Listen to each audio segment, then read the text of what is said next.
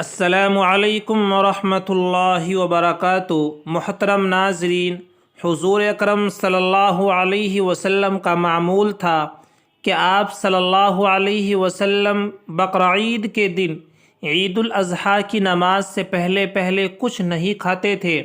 بلکہ پہلے آپ صلی اللہ علیہ وسلم عیدگاہ کے اندر جا کر کے عید الاضحیٰ کی نماز پڑھاتے اور عید الاضحیٰ کی نماز پڑھانے کے بعد قربانی کرتے، اور قربانی کے جانور میں سے آپ علیہ الصلاۃ والسلام گوشت کھایا کرتے تھے۔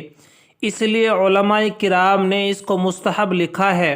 کہ آدمی بقرعید کے دن عید الاضحیٰ کی نماز سے پہلے کچھ کھائے پیے نہ، بلکہ اگر اس کا جانوروں کے اندر حصہ ہے، وہ قربانی کرنے کا ارادہ رکھتا ہے، تو اپنے جانور کو ذبح کرنے کے بعد، قربانی کرنے کے بعد اس جانور میں سے کچھ کھائے پیے۔ اب چاہے وہ کھانے والی چیز کلیجی ہو یا گوشت ہو، لیکن بعض لوگوں نے اس طرح آپ علیہ الصلاۃ والسلام سے متعلق منقول کر رکھا ہے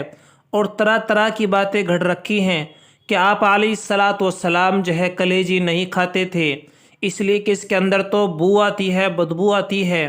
آپ علیہ الصلاۃ والسلام اس کو نہیں کھاتے تھے، اس لیے کہ یہ تو جمع ہوا خون ہے۔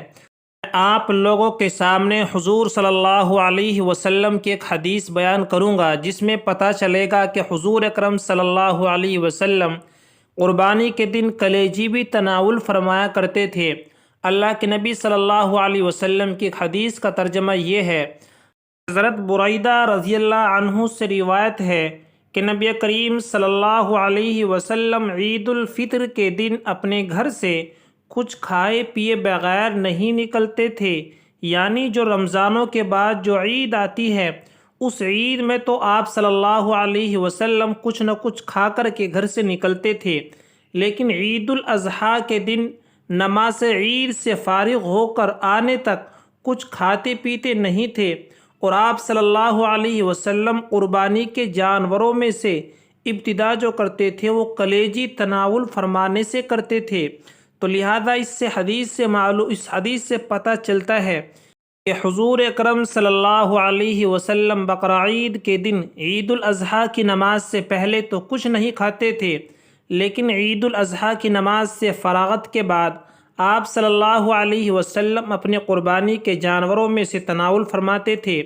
تو ہمیں بھی یہی طریقہ اختیار کرنا چاہیے۔ اگر ہم قربانی کرنے کا ارادہ رکھتے ہیں تو آپ عید الاضحیٰ کی نماز سے پہلے کچھ نہ کھائے پیئیں، بلکہ عید الاضحیٰ کی نماز سے فارغ ہونے کے بعد